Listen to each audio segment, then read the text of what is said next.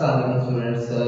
जैसे कि पहले बहुत से बच्चों की फरमाइश आ रही थी कि हमें 13 चैप्टर स्टार्ट करवाया जाए, क्योंकि मैं इसकी पुरजोर फरमाइश पे बच्चों की मैं 13.2 से स्टार्ट करने जा रहा हूँ।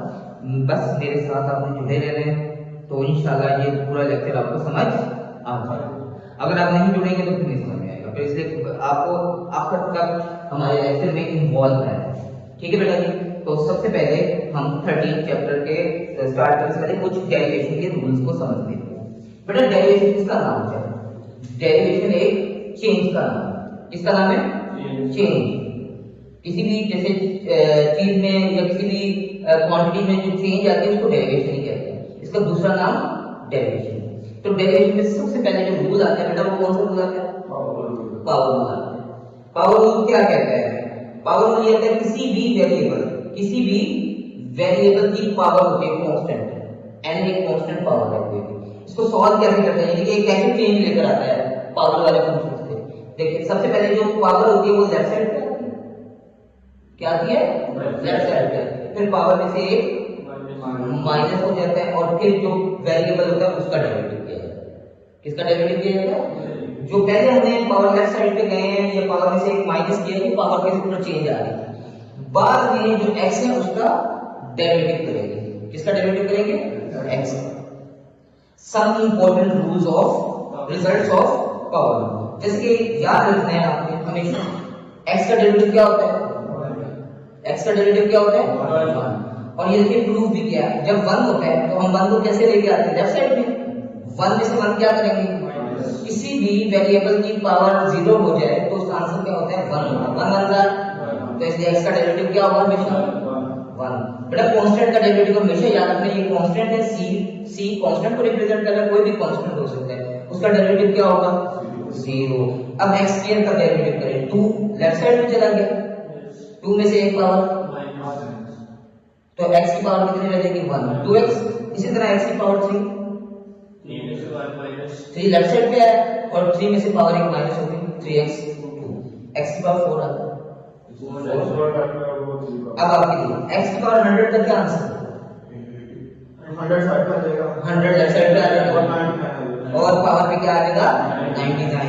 यानी कि आपको ये आंसर दिया है 100x 99। यानी कि आप समझ गए।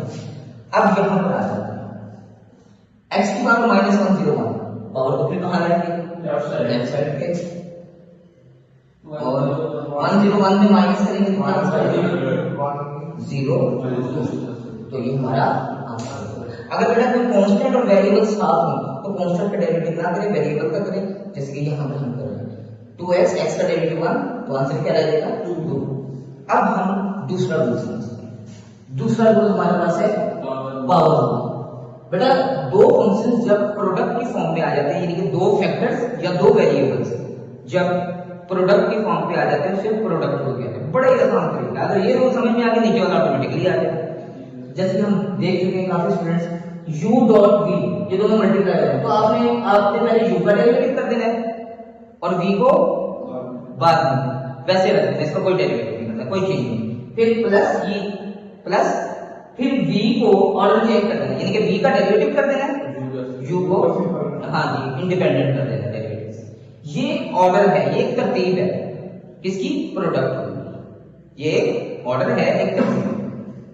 समझ आ गया? अब जैसे कि एक एग्जांपल समझो, एक फैक्टर ये एक फैक्टर ये, पहले किसको डेरिवेटिव करेंगे?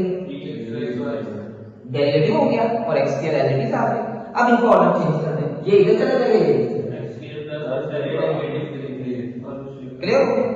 अब क्वेश्चन फॉर्म बेटा जो रेशनल फॉर्म में होता है p/q u/v क्वेश्चन फॉर्म कहते हैं इसको। इसके ऊपर क्या अरेंजमेंट बनेगी? उसी तरह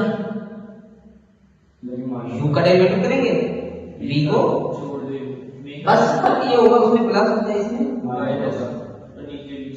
v को वैसे उसी तरह ही होगा और नीचे बस बाकी ये होगा फ्रैक्शन में आप v का क्या कर देंगे? शेयर। बाकी रूल जो है। अब यकीन जानो आपने ये रूल समझ लिया ना तो आपको क्वेश्चन ये तीनों जो मैं इधर लिखे हुए हैं ये आपको चुटकियों में आ जाएंगे। किस में आ जाएंगे? चुटकियों में। तो ये देखिए u/v है ये।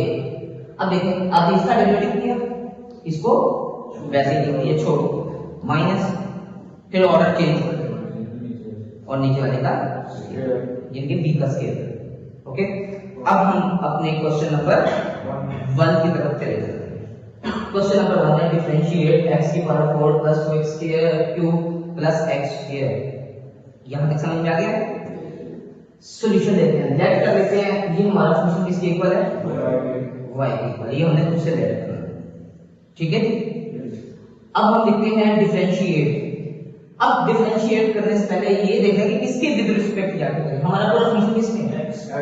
तो हम किसके विद रिस्पेक्ट करें? x के। ठीक है, अब ये जो y है ये बन जाएगा dy बाय dx। आप x की पावर 4 का सेपरेट डेरिवेटिव करेंगे क्योंकि हमने ये रूल्स पहले डिफाइन कर दिए हैं।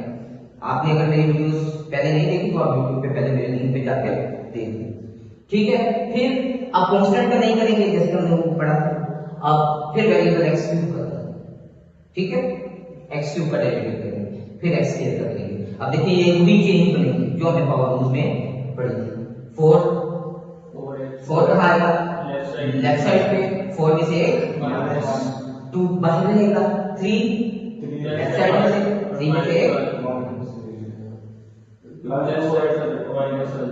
4x cube 2 3 6 3 minus 6x square 2x। समझ आ गया? अब हम चलते हैं नेक्स्ट क्वेश्चन की तरफ।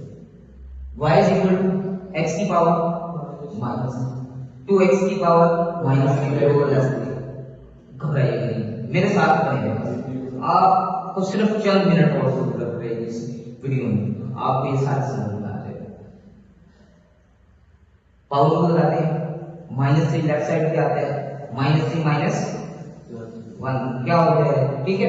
इसी तरह माइनस 2 कांस्टेंट अब बाहर रहेगा ब्रैकेट से, माइनस 3/2 लेफ्ट साइड पे आएगी और 3/2 में से क्या हो जाएगा तो बेटा, और कांस्टेंट का डेरिवेटिव 0, जैसे हमने पढ़ा था कि किसी भी कांस्टेंट का डेरिवेटिव 0 होगा, तो यहाँ पे 0। अब बेटा ये -3 नीचे आ गया, -3 -1 -4 और 2 2 से कैंसिल हो जाएगा, प्लस माइनस -3 -3/2 -1 का एलसीएम लेंगे, आंसर आएगा -5/2 पावर। क्लियर हो गया? अब बस आप इस स्टेप में आप -3 को कॉमन लेंगे, दोनों के साइन चेंज, दोनों प्लस, और जो नेगेटिव पावर उनको रेसिप्रोकल फॉर्म में ले जाएंगे तो वो प्लस हो जाएगी। ये देखिए -4 के नीचे आए, -5/2 नीचे आए, अब आ गया क्वेश्चन 4 का क्वेश्चन इसका, क्योंकि अब तो देखकर ही अंदाजा हो गया होगा ये क्वेश्चन किससे सॉल्व होना है, किससे सॉल्व होना है, क्वेश्चन, क्योंकि ये फॉर्म ही फ्रैक्शन में है, क्वेश्चन फॉर्म है, तो इस पर रूल भी कौन सा रहेगा? तो चलिए आप सबसे पहले क्या लिखेंगे, 2x - 3 का